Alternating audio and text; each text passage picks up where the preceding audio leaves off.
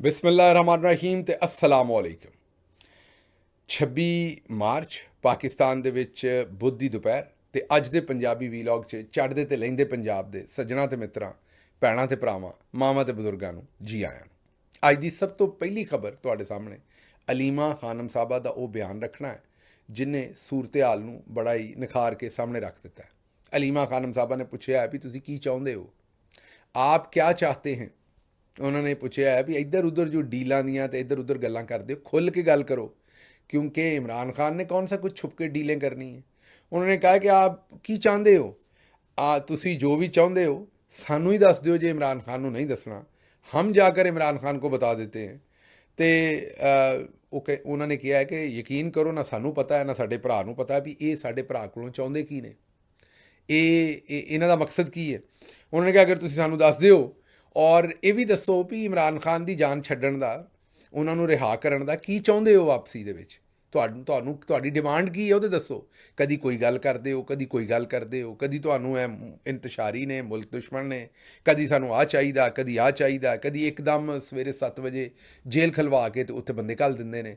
ਉਸ ਵੇਲੇ ਕਹਿੰਦੇ ਨੇ ਖਾਨ ਸਾਹਿਬ ਤੁਸੀਂ ਨੈਸ਼ਨਲ ਲੀਡਰ ਹੋ, ਅਜ਼ੀਮ ਲੀਡਰ ਹੋ, ਤੁਹਾਡੀ ਲੋੜ ਹੈ, ਤੁਹਾਡੀ ਵਜ੍ਹਾ ਤੋਂ ਮੁਲਕ ਬਚ ਸਕਦਾ ਹੈ। ਫਿਰ ਜਿਹੜਾ ਉਹ ਦੁਬਾਰਾ ਪਰਚੇ ਕਰ ਦਿੰਦੇ ਨੇ ਸਾਰੀ ਪਾਰਟੀ ਦੇ ਉੱਤੇ, ਉਹਨਾਂ ਨੂੰ ਮਾਰਦੇ ਕੁੱਟਦੇ ਨੇ। ਫਿਰ ਪਾਰਟੀ ਨੂੰ ਕਹਿੰਦੇ ਨੇ ਕਿ ਵੇਖੋ ਮੁਲਕ ਦਾ ਵਸੀਹ ਮਫਾਦ ਦੇ ਵਿੱਚ ਸਾਡੇ ਨਾਲ ਖੜੇ ਹੋਵੋ, ਮੁਲਕ ਇਸ ਵੇਲੇ ਬੜੇ ਹੀ ਔਖੇ ਵੇਲੇ ਤੋਂ ਗੁਜ਼ਰ ਰਿਹਾ, ਦੁਰਾਹੇ ਤੋਂ ਗੁਜ਼ਰ ਰਿਹਾ। ਤਾਂ ਅਲੀਮਾ ਖਾਨਮ ਸਾਹਿਬਾ ਨੇ ਪੁੱਛਿਆ ਹੈ ਵੀ ਤੁਸੀਂ ਚਾਹੁੰਦੇ ਕੀ ਹੋ, ਸਾਨੂੰ ਇਹ ਤਾਂ ਦੱਸੋ। ਹੁਣ ਇਹ ਨਹੀਂ ਮੈਨੂੰ ਪਤਾ ਵੀ ਇਹ ਦੱਸਣਗੇ ਕਿ ਨਹੀਂ ਦੱਸਣਗੇ, ਕੰਮ ਔਖਾ ਹੀ ਹੈ, ਦੱਸਣਾ ਦੁਸਣਾ ਇਹਨਾਂ ਨੇ ਕੋਈ ਨਹੀਂ ਜੀ, ਇਹਨਾਂ ਕਿੱਥੋਂ ਦੱਸਣਾ ਹੈ। ਅਗਰ ਇਹ ਦੱਸਣ ਜੋਗੇ ਹੁੰਦੇ तो फिर ਹੁਣ तक ये मामलात ਜਿਹੜੇ ਨੇ ਉਹ ख़त्म हो चुके ਹੁੰਦੇ। ਅੱਛਾ ਜੀ, ਅਗਲਾ ਬਿਆਨ ਇਮਰਾਨ ਖਾਨ ਸਾਹਿਬ ਦਾ ਬੜਾ ਖਾਸ ਬਿਆਨ ਹੈ। ਇਹ ਤੁਹਾਨੂੰ ਵੀ ਸਾਰਿਆਂ ਨੂੰ ਬਲਕਿ ਬੜੀ ਚੰਗੀ ਖਬਰ ਹੈ ਤੇ ਗੱਲ ਕਰਨਾ ਸਵਾਦ ਆਏਗਾ ਤੁਹਾਨੂੰ ਵੀ ਔਰ ਸਾਨੂੰ ਵੀ। ਇਸ ਵੇਲੇ ਜੇਲ੍ਹ ਦਾ ਪੂਰਾ ਕੰਟਰੋਲ ਜਿਹੜਾ ਇੱਕ ਕਰਨਲ ਸਾਹਿਬ ਕੋਲ ਹੈ। ਜ਼ਾਹਿਰ ਹੈ ਇਮਰਾਨ ਖਾਨ ਸਾਹਿਬ ਕੋਈ ਕਿਸੇ ਮੁਕੱਦਮੇ 'ਚ ਤੇ ਅੰਦਰ ਨਹੀਂ, ਉਹ ਜਨਰਲ ਆਸਿਮ ਮੁਨੀਰ ਸਾਹਿਬ ਦੀ ਜੇਲ੍ਹ ਦੇ ਵਿੱਚ ਕੈਦ ਨੇ। ਔਰ ਜਦੋਂ ਤੱਕ ਅੱਛਾ ਇਹਦੇ ਵਿੱਚ ਅੱਜ ਤੱਕ ਇਹ ਵੀ ਸਮਝ ਨਹੀਂ ਆਇਆ ਵੀ ਮਾਮਲਾ ਕੀ ਹੈ। ਕਈ ਲੋਕੀ ਆਂਦੇ ਨੇ ਕਿ ਮਾਮਲਾ ਇਹ ਹੈ ਕਿ ਜਿਸ ਵੇਲੇ ਜਨਰਲ ਸਾਹਿਬ DGISI ਸਨ ਤੇ ਇਮਰਾਨ ਖਾਨ ਸਾਹਿਬ ਨੇ ਉਹਨਾਂ ਨੂੰ ਹਟਾ ਦਿੱਤਾ ਤੇ ਉਦੋਂ ਦੀ ਬੜੀ ਮੁਖਾਲਫਤ ਪਈ ਹੈ। ਵੇਖੋ ਜਿਹੜਾ ਬੰਦਾ ਵੀ ਨੌਕਰੀ ਕਰਦਾ ਹੈ ਨਾ, ਕਿਸੇ ਬਿਊਰੋਕਰੇਟ ਕੋਲੋਂ ਪੁੱਛ ਲੈਣਾ, ਕਿਸੇ ਫੌਜੀ ਕੋਲ ਪੁੱਛ ਲੈਣਾ, ਬੰਦਿਆਂ ਨੂੰ ਪੋਜੀਸ਼ਨਾਂ ਤੋਂ ਹਟਾਉਣਾ, ਟਰਾਂਸਫਰ ਕਰਨਾ, ਇਹ ਨੌਕਰੀ ਵਾਲੇ ਬੰਦੇ ਵਾਸਤੇ ਮੈਂ ਇਹ ਤਾਂ ਨਹੀਂ ਕਹਿੰਦਾ ਵੀ ਬੜੀ ਖੁਸ਼ਾਇੰਦ ਗੱਲ ਹੁੰਦੀ ਹੈ, ਲੇਕਿਨ ਰੂਟੀਨ ਦਾ ਕੰਮ ਹੁੰਦਾ ਹੈ। ਮੈਂ ਮਿਸਾਲ ਦੇ ਦਿੰਦਾ, ਇਸ ਵੇਲੇ ਲੈਫਟੀਨੈਂਟ ਜਨਰਲ ਬਾਬਰ ਇਫਤਖਾਰ, ਉਹ ਇਸ ਵੇਲੇ NDU ਜਿਹੜੀ ਯੂਨੀਵਰਸਿਟੀ ਹੈ ਉਹਦੇ ਮੇਰਾ ਖਿਆਲ ਅੱਜ ਕੱਲ੍ਹ ਉਹ ਰੈਕਟਰ ਨੇ ਜਾਂ ਜੋ ਵੀ ਰੂਏ ਰਵਾਨ ਹੈ, ਪ੍ਰੈਜ਼ੀਡੈਂਟ ਨੇ। ਉਸ ਤੋਂ ਪਹਿਲਾਂ ਉਹਨਾਂ ਨੂੰ ਲਾਇਆ ਗਿਆ ਸੀ ਕੋਰ ਕਮਾਂਡਰ ਕਰਾਚੀ, ਸਾਲ ਸਵਾ ਸਾਲ 1.5 ਸਾਲ ਰਹੇ ਨੇ। ਉਸ ਤੋਂ ਪਹਿਲਾਂ ਉਹ DGISPR ਸਨ। ਹੁਣ DGISPR ਤੇ ਉਹ ਮੇਜਰ ਜਨਰਲ ਸਨ, ਉਹਨਾਂ ਦੀ ਤਰੱਕੀ ਹੋਈ, ਲੈਫਟੀਨੈਂਟ ਜਨਰਲ ਬਣੇ, ਉਹਨਾਂ ਨੂੰ ਕੋਰ ਕਮਾਂਡ ਕਰਨ ਵਾਸਤੇ ਘੱਲ ਦਿੱਤਾ ਗਿਆ। ਉਹਨਾਂ ਨੇ ਕੋਰ ਕਮਾਂਡ ਕੀਤੀ, ਉਹਨਾਂ ਨੂੰ ਅਜੇ ਉਹਨਾਂ ਦੀ ਸਰਵਿਸ ਰਹਿੰਦੀ ਸੀ ਔਰ ਜਿੰਨੀ ਰਹਿੰਦੀ ਸੀ ਉਹਨਾਂ ਨੂੰ ਉਹ ਕੋਰ ਪੂਰੀ ਕਰਨ ਦੇਣੀ ਚਾਹੀਦੀ ਸੀ ਅਸੂਲੀ ਤੌਰ 'ਤੇ। ਲੇਕਿਨ ਉਹਨਾਂ ਨੂੰ ਉਹਨਾਂ ਦੇ ਵਕਤ ਤੋਂ ਪਹਿਲਾਂ ਹੀ ਉੱਥੋਂ ਹਟਾ ਕੇ ਤੇ ਇੱਕ ਖੁੱਡੇ ਲਾਈਨ ਪੋਜੀਸ਼ਨ ਜਿਹਨੂੰ ਸਮਝਿਆ ਜਾਂਦਾ ਹੈ ਉੱਥੇ ਉਹਨਾਂ ਨੇ ਪਾਰਕ ਕਰ ਦਿੱਤਾ। ਆਪਣਾ ਜਿਹੜਾ ਟਨਿਓਰ ਸੀ ਕਰਾਚੀ ਦਾ ਉਹ ਪੂਰਾ ਨਹੀਂ ਕਰਨ ਦਿੱਤਾ ਔਰ ਖੁੱਡੇ ਲਾਈਨ ਪੋਜੀਸ਼ਨ ਦੇ ਵਿੱਚ ਉਹਨਾਂ ਨੂੰ ਪਾਰਕ ਕਰ ਦਿੱਤਾ। ਤੇ ਹੁਣ ਆਇਆ ਜਿਹੜੇ ਜਨਰਲ ਬਾਬਰ ਇਫਤਖਾਰ ਸਾਹਿਬ ਨੇ, ਉਹ ਵੀ ਆਰਮੀ ਚੀਫ ਦੇ ਨਾਲ ਹੁਣ ਕਦੂਰਤ ਰੱਖਣਗੇ ਔਰ ਉਹ ਵੀ ਕਹਿਣਗੇ ਮੈਂ ਬਦਲਾ ਲੈਣਾ ਜਿਸ ਵੇਲੇ ਕਦੀ ਮੈਨੂੰ ਮੌਕਾ ਮਿਲਿਆ। ਨਹੀਂ, ਇਹ ਸਰਵਿਸ ਦੇ ਵਿੱਚ ਰੂਟੀਨ 'ਚ ਗੱਲਾਂ ਹੁੰਦੀਆਂ ਨੇ। ਤੁਸੀਂ ਇਹ ਜ਼ਰਾ ਹੁਣ ਦੇ ਹੀ ਜਨਰਲ ਆਸਿਮ ਮੁਨੀਰ ਸਾਹਿਬ ਦੇ ਫੈਸਲੇ ਜ਼ਰਾ ਫੌਜ ਦੇ ਵੇਖ ਲਓ। ਜਿਹੜੇ ਕੋਰ ਕਮਾਂਡਰ ਲਾਹੌਰ ਨੇ, ਉਹ ਤੁਹਾਨੂੰ ਇਹ ਤਾਂ ਪਤਾ ਹੈ ਕਿ 9 ਮਈ ਨੂੰ ਕੋਰ ਕਮਾਂਡਰ ਲਾਹੌਰ ਜਿਹੜੇ ਨੇ ਉਹ ਬਦਲ ਦਿੱਤੇ ਸਨ। ਉਸ ਤੋਂ ਬਾਅਦ ਜਿਹੜੇ ਨਵੇਂ ਕੋਰ ਕਮਾਂਡਰ ਆਏ ਉਹ 9 ਮਈ ਤੋਂ ਤਕਰੀਬਨ 3-4 ਮਹੀਨੇ ਪਹਿਲੇ ਤੱਕ ਉਹ ਕੋਰ ਕਮਾਂਡਰ ਰਹੇ। ਤੇ ਤੁਸੀਂ ਇਹ ਸਮਝ ਲਓ ਸਾਲ ਸਵਾ ਸਾਲ ਉਹ ਕੋਰ ਕਮਾਂਡਰ ਰਹੇ। ਹੁਣ ਉਹਨਾਂ ਨੇ ਉੱਥੇ ਵੀ ਉਹ ਪਤਾ ਹੀ ਲੱਗਾ ਕਿ ਪੰਜਾਬ ਗਵਰਨਮੈਂਟ ਨਾਲ ਉਹ ਜਿਹੜੇ ਕੋਰ ਕਮਾਂਡਰ ਸਾਹਿਬ ਸਨ ਉਹਨਾਂ ਦੀ ਪੰਜਾਬ ਗਵਰਨਮੈਂਟ ਮਤਲਬ ਕਿ ਚੀਫ ਮਿਨਿਸਟਰ ਸਾਹਿਬਾਂ ਨਾਲ ਨਹੀਂ ਸੀ ਬਣਦੀ ਉੱਥੇ, ਜਿਹੜੀ ਸਾਨੂੰ ਇਨਫੋਰਮੇਸ਼ਨ ਮਿਲੀ, ਗਲਤ ਵੀ ਹੋ ਸਕਦੀ ਹੈ। ਬਹਰਹਾਲ ਉਹਨਾਂ ਨੂੰ ਬਦਲ ਦਿੱਤਾ ਗਿਆ। ਅੱਛਾ, ਉਹਨਾਂ ਨੂੰ ਬਦਲ ਦਿੱਤਾ ਗਿਆ, ਉਹ ਵੀ ਪ੍ਰੀ ਮੈਚੋਰ ਹੀ ਬਦਲਿਆ ਗਿਆ ਜ਼ਾਹਿਰ ਹੈ। ਤੇ ਹੁਣ 9 ਮਈ ਤੇ ਜ਼ਾਹਿਰ ਇੱਕ ਕੋਰ ਕਮਾਂਡਰ ਬਦਲੇ, ਫਿਰ ਕੋਈ ਸਾਲ ਸਵਾ ਸਾਲ ਇੱਕ ਕੋਰ ਕਮਾਂਡਰ ਸਾਹਿਬ ਨੇ ਉੱਥੇ ਸਰਵ ਕੀਤਾ, ਉਸ ਤੋਂ ਬਾਅਦ ਉਹਨਾਂ ਨੂੰ ਬਦਲਿਆ ਤੇ ਹੁਣ ਤੀਸਰੇ ਕੋਰ ਕਮਾਂਡਰ ਉੱਥੇ ਜਿਹੜੇ ਨੇ ਚੱਲ ਰਹੇ ਨੇ। ਹੁਣ ਇਹ ਜਿਹਨਾਂ ਨੂੰ ਬਦਲਿਆ ਦਰਮਿਆਨ ਦੇ ਵਿੱਚ ਆਇਆ ਉਹ ਵੀ ਕਹਿਣਗੇ ਮੈਂ ਬਦਲਾ ਲੈਣਾ। ਨਹੀਂ, ਇਸ ਤਰ੍ਹਾਂ ਨਹੀਂ ਹੁੰਦਾ। ਜਿਹੜੇ ਨੌਕਰੀ ਕਰਦੇ ਨੇ ਬੰਦੇ ਸਾਰੇ, ਉਹਨਾਂ ਦੀਆਂ ਅਫਸਰਾਨ ਦੇ ਨਾਲ, ਬੌਸ ਦੇ ਨਾਲ, ਉਤਲੇ ਲੋਕਾਂ ਦੇ ਨਾਲ ਗਲਤ ਫਹਿਮੀਆਂ ਵੀ ਪੈਦਾ ਹੁੰਦੀਆਂ ਨੇ, ਬੈਡ ਬਲੱਡ ਵੀ ਹੁੰਦਾ ਹੈ ਔਰ ਟਰਾਂਸਫਰ ਵੀ ਹੁੰਦੀ ਹੈ, ਪੋਸਟਿੰਗ ਵੀ ਹੁੰਦੀ ਹੈ, ਉਹਦਾ ਲਿਆ ਵੀ ਜਾਂਦਾ, ਉਹਦਾ ਦਿੱਤਾ ਵੀ ਜਾਂਦਾ ਹੈ। ਇਹਦੀ ਕੋਈ ਥੋੜ੍ਹੀ ਬਹੁਤ ਗੁੱਸਾ ਹੀ ਹੁੰਦਾ ਹੈ, ਇਸ ਤੋਂ ਕੋਈ ਬਹੁਤ ਜ਼ਿਆਦਾ ਗੁੱਸਾ ਨਹੀਂ ਹੁੰਦਾ। ਇੰਨਾ ਗੁੱਸਾ ਤੇ ਦੋ ਸੂਰਤ-ਏ-ਹਾਲ 'ਚ ਬੰਦਾ ਕਰਦਾ ਹੈ, ਜਾਂ ਤਾਂ ਕੋਈ ਕਤਲ ਸ਼ਤਲ ਹੋਏ ਹੋਣ ਇੱਕ ਦੂਜੇ ਦੇ, ਤੇ ਜਾਂ ਮੇਰਾ ਮਤਲਬ ਹੈ ਕਿ ਬੰਦੇ ਨੂੰ ਜਿਸ ਤਰ੍ਹਾਂ ਇਸ਼ਕ ਹੁੰਦਾ ਹੈ ਨਾ, ਬੰਦਾ ਜਿਸ ਤਰ੍ਹਾਂ ਇਸ਼ਕ ਦੇ ਵਿੱਚ ਪਾਗਲ ਹੋ ਜਾਂਦਾ ਹੈ, ਇੰਜ ਨਫ਼ਰਤ 'ਚ ਪਾਗਲ ਹੋ ਜਾਏ ਇੱਕ ਦੂਜੇ ਦੇ ਖਿਲਾਫ, ਤੇ ਫੇਰ ਹੈ। ਹੁਣ ਨਾ ਇੱਥੇ ਕੋਈ ਇਸ਼ਕ ਵਾਲਾ ਮਾਮਲਾ ਹੈ, ਕਿਉਂਕਿ ਇਮਰਾਨ ਖਾਨ ਸਾਹਿਬ ਦਾ ਔਰ ਜਨਰਲ ਸਾਹਿਬ ਦਾ ਕੋਈ ਇਸ਼ਕ ਦਾ ਤੇ ਰੌਲਾ ਨਹੀਂ ਹੋ ਸਕਦਾ, ਤੇ ਨਾ ਇਸ਼ਕ ਦਾ ਰੌਲਾ ਹੈ, ਨਾ ਕੋਈ ਰੌਲਾ ਹੈਗਾ ਇੱਥੇ ਕੋਈ ਬੰਦਾ ਮਾਰਨ ਦਾ। ਤੇ ਮੇਰੀ ਸਮਝ ਤੋਂ ਬਾਹਰ ਹੈ ਵੀ ਐਡੀ ਦੁਸ਼ਮਣੀ ਹੈ ਕਿਹੜੀ ਬਈ, ਕਿਹੜਾ ਐਸਾ, ਮੇਰਾ ਮਤਲਬ ਹੈ ਵੀ ਕਰ ਕੀ ਛੱਡਿਆ ਜਿਹੜਾ ਐਡਾ ਗੁੱਸਾ ਹੈ, ਮੇਰਾ ਮਤਲਬ ਕੀ ਕੰਮ ਕਰ ਛੱਡਿਆ ਜਿਹੜਾ ਐਡਾ ਗੁੱਸਾ ਉਹ ਘਟਣ ਹੀ ਨਹੀਂ ਰਿਹਾ, ਮਤਲਬ ਕਰ ਕੀ ਛੱਡਿਆ ਮੈਨੂੰ ਇਹ ਦੱਸੋ।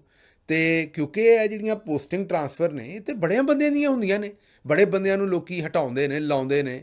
ਕੋਈ ਵੀ ਗਵਰਨਮੈਂਟ ਚੁੱਕ ਲਓ, ਕੋਈ ਜਗ੍ਹਾ ਵੀ ਚੁੱਕ ਲਓ, ਉੱਥੇ ਲੋਕਾਂ ਨੂੰ ਹਟਾਇਆ ਜਾਂਦਾ, ਲਾਇਆ ਜਾਂਦਾ, ਤੁਸੀਂ ਆਪ ਵੀ ਇਹੀ ਕੰਮ ਕਰਦੇ ਹੋ।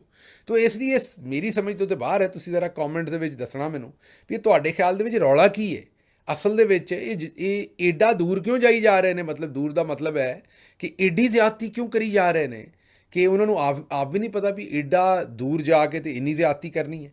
ਬਹਰਹਾਲ ਇਸੇ ਤਰੀਕੇ ਨਾਲ ਤੁਹਾਨੂੰ ਇਹ ਪਤਾ ਹੈ ਕਿ ਉੱਥੇ ਉਹ ਬੰਦੇ ਮਿਲ ਸਕਦੇ ਨੇ। ਜ਼ਾਹਿਰ ਹੈ ਹੁਣ ਇਹ ਤਾਂ ਅੰਡਰਸਟੂਡ ਹੋ ਗਈ ਨਾ ਗੱਲ ਕਿ ਜੇਲ੍ਹ ਦਾ ਜਦੋਂ ਪੂਰਾ ਨਿਜ਼ਾਮ ਜਿਹੜਾ ਉੱਥੇ ਕਰਨਲ ਸਾਹਿਬ ਦੇ ਕੋਲ ਹੈ, ਤੇ ਉੱਥੇ ਫਿਰ ਕਰਨਲ ਸਾਹਿਬ ਜਿਹਨੂੰ ਚਾਹਣਗੇ ਮਿਲੇਗਾ, ਜਿਹਨੂੰ ਕਰਨਲ ਸਾਹਿਬ ਨਹੀਂ ਚਾਹੁੰਦੇ ਉਹ ਅਦਾਲਤਾਂ ਵੀ ਉਹਦੇ ਆਰਡਰ ਕਰਦੀਆਂ ਰਹਿਣ। ਜਿਸ ਤਰ੍ਹਾਂ ਕਿ ਹੁਣ ਅਕਤੂਬਰ ਦੇ ਮਹੀਨੇ ਤੋਂ ਲੈ ਕੇ ਤੇ ਹੁਣ ਤੱਕ ਸਿਆਸੀ ਬੰਦਿਆਂ ਨੂੰ ਇਮਰਾਨ ਖਾਨ ਸਾਹਿਬ ਨਾਲ ਨਹੀਂ ਮਿਲਣ ਦਿੱਤਾ ਜਾ ਰਿਹਾ।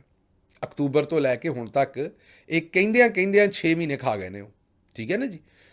ਹੁਣ ਤੁਸੀਂ ਗੌਰ ਇਹ ਕਰੋ ਕਿ ਅਗਰ ਅਕਤੂਬਰ ਤੋਂ ਲੈ ਕੇ ਹੁਣ ਤੱਕ ਸਿਆਸੀ ਬੰਦਿਆਂ ਨੂੰ ਨਹੀਂ ਮਿਲਣ ਦਿੱਤਾ ਜਾ ਰਿਹਾ, ਤੇ ਇਹਨਾਂ ਹਾਲਾਤ ਦੇ ਵਿੱਚ ਤੁਸੀਂ ਇਹ ਵੇਖੋ ਕਿ ਜਿਹਦਾ ਉਹਨਾਂ ਨੂੰ ਦਿਲ ਕਰਦਾ ਉਹਨੂੰ ਵਿੱਚ ਛੱਡ ਦਿੰਦੇ ਨੇ, ਮਿਲਣ ਵੀ ਦਿੰਦੇ ਨੇ ਕਿਸੇ ਨਾ ਕਿਸੇ ਨੂੰ ਕਦੀ ਕਦੀ, ਜਾਂ ਉਸ ਤੋਂ ਪਹਿਲੇ ਵੀ।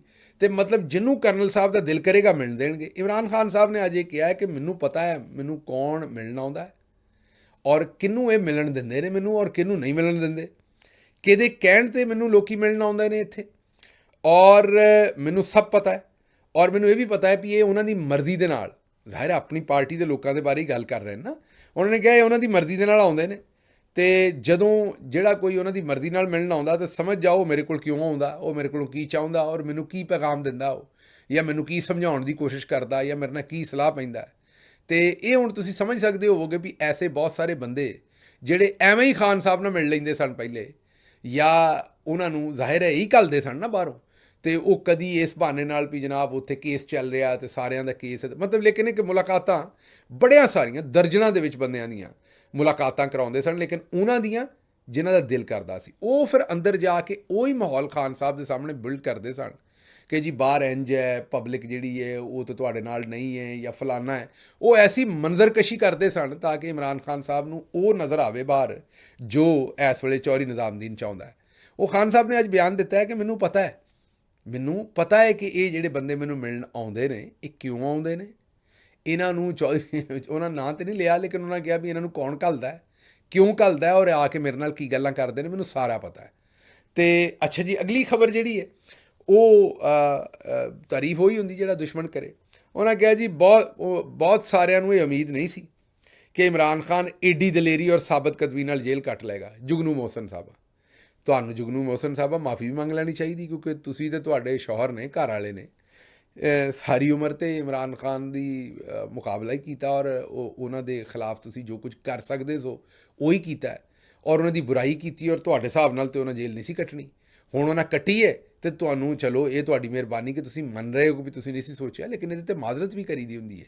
ਇਹ ਕੋਈ ਜਦੋਂ ਪਬਲਿਕ ਨੂੰ ਗਲਤ ਰਸਤੇ 'ਤੇ ਪਾਈਏ ਨਾ ਜੀ ਬਾਜੀ ਜੀ, ਉਸ ਤੋਂ ਬਾਅਦ ਫਿਰ ਮਾਜ਼ਰਤ ਵੀ ਕਰੀ ਦੀ ਹੁੰਦੀ। ਜਦੋਂ ਪਬਲਿਕ ਨੂੰ ਗਲਤ, ਅਗਰ ਅੱਜ ਮੈਂ ਗਲਤ ਤਜਜ਼ੀਏ ਦੇਵਾਂ ਪਬਲਿਕ ਦੀ, ਐਵੇਂ ਪਰਸੈਪਸ਼ਨ ਚੁੱਕਦੇ ਹਾਂ, ਜਿਸ ਤਰ੍ਹਾਂ ਤੁਸੀਂ ਦੇਖਿਆ ਕਈ ਬੰਦੇ ਐਵੇਂ ਝੂਠ ਹੀ ਵੇਚਦੇ ਨੇ, ਉਹ ਜੀ ਖਾਨ ਸਾਹਿਬ ਕੱਲ੍ਹ ਬਾਹਰ ਆ ਰਹੇ ਨੇ, ਖਾਨ ਸਾਹਿਬ 10 ਦਿਨ ਬਾਅਦ ਬਾਹਰ ਆ ਰਹੇ ਨੇ, ਖਾਨ ਸਾਹਿਬ 15 ਦਿਨ ਬਾਅਦ ਆ ਰਹੇ ਨੇ, ਅਬ ਇਹ ਹੋਣੇ ਜਾ ਰਹਾ ਹੈ, ਅਬ ਉਹ ਹੋਣੇ ਜਾ ਰਹਾ ਹੈ। ਇਹ ਤੁਸੀਂ ਅਕਸਰ ਸੁਣਦੇ ਹੋ।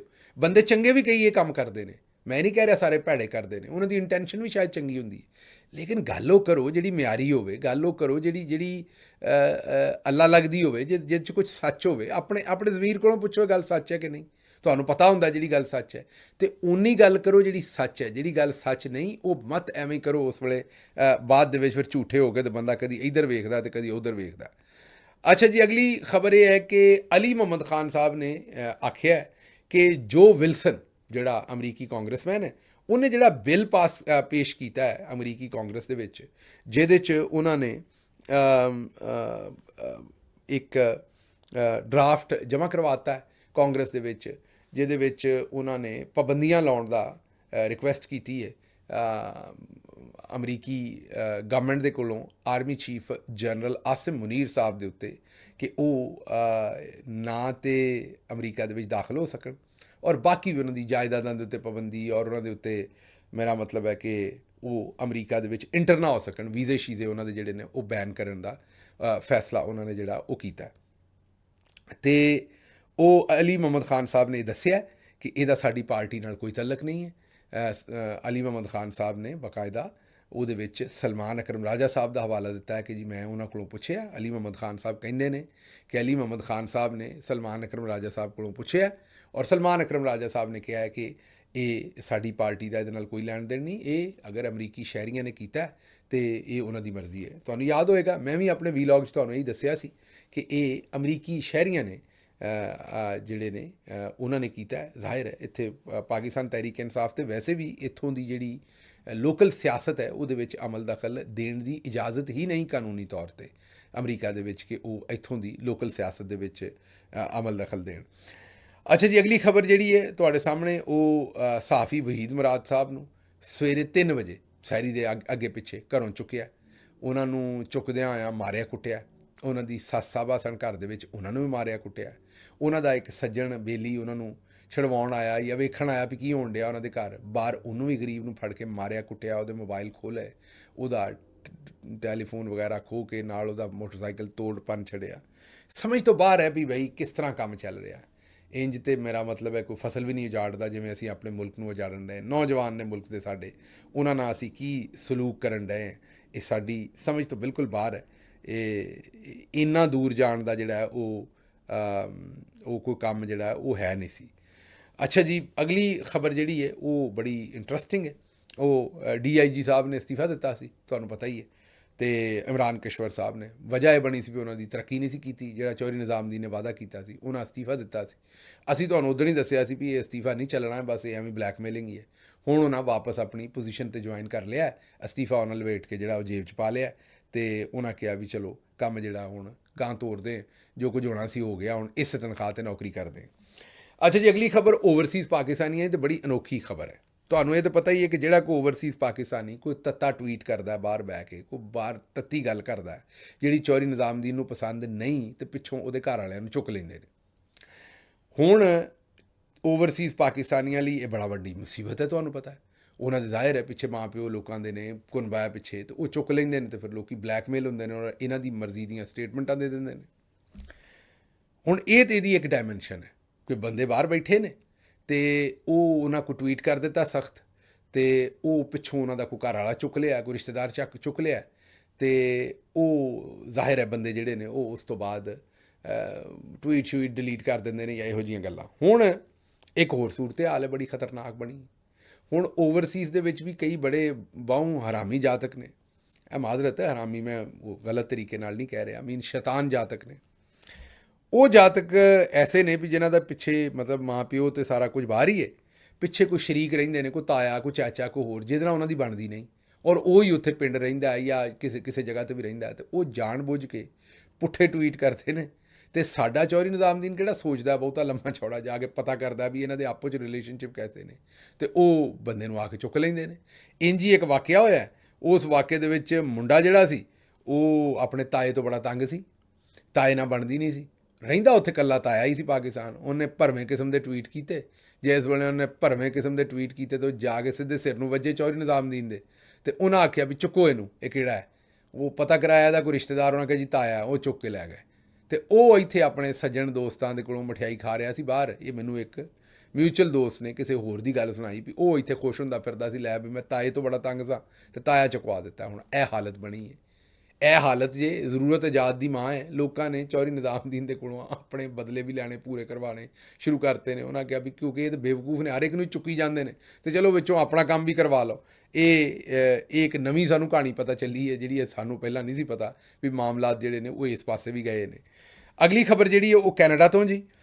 ਕੈਨੇਡਾ ਦੀ ਜਿਹੜੀ ਇੰਟੈਲੀਜੈਂਸ ਏਜੰਸੀ ਹੈ ਉਹਨਾਂ ਨੇ ਖਬਰ ਇਹ ਦਿੱਤੀ ਹੈ ਕਿ ਜਿਹੜੇ ਹੁਣ ਕੈਨੇਡੀਅਨ ਇਲੈਕਸ਼ਨ ਹੋ ਰਹੇ ਨੇ, ਮੇਰਾ ਖਿਆਲ 28 ਅਪ੍ਰੈਲ ਨੂੰ ਹੋਣਗੇ, ਉਹਨਾਂ ਨੇ ਇਹ ਖਬਰ ਦਿੱਤੀ ਹੈ ਕਿ ਉਹਦੇ ਵਿੱਚ ਹਿੰਦੁਸਤਾਨ ਜਿਹੜਾ ਹੈ ਉਹ ਟੈਕਨੋਲੋਜੀ ਦੇ ਥਰੂ, ਆਰਟੀਫਿਸ਼ੀਅਲ ਇੰਟੈਲੀਜੈਂਸ ਦੇ ਥਰੂ ਨਤਾਇਜ ਰੱਦੋ ਬਦਲ ਕਰਨ ਦੀ ਕੋਸ਼ਿਸ਼ ਕਰੇਗਾ ਕੈਨੇਡੀਅਨ ਇਲੈਕਸ਼ਨ ਦੀ।